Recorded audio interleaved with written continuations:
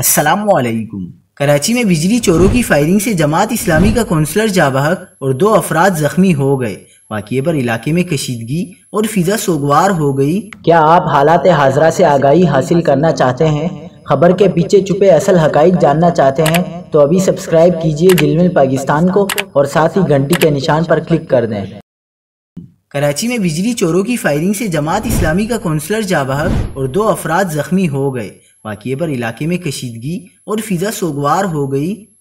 آپ کو بتاتے چلیں کہ کراچی کے علاقے سرجانی سیکٹر 4C میں فائرنگ سے ایک شخص جاں بحق اور دوسرا زخمی ہو گیا۔ فائرنگ کا واقعہ 2 گروپوں میں جھگڑے کے دوران پیش آیا۔ پولیس کے مطابق جھگڑا بجلی کی تاروں میں کنڈا لگانے پر ہوا۔ فائرنگ کرنے والا گروپ چوری کی بجلی کے بدلے لوگوں سے رقم وصول کرتا ہے۔ فائرنگ سے جاں بحق ہونے والے شخص کی شناخت حبیب اللہ کے نام سے ہوئی، جو جماعت اسلامی کا مقامی کونسلر بتایا جاتا ہے۔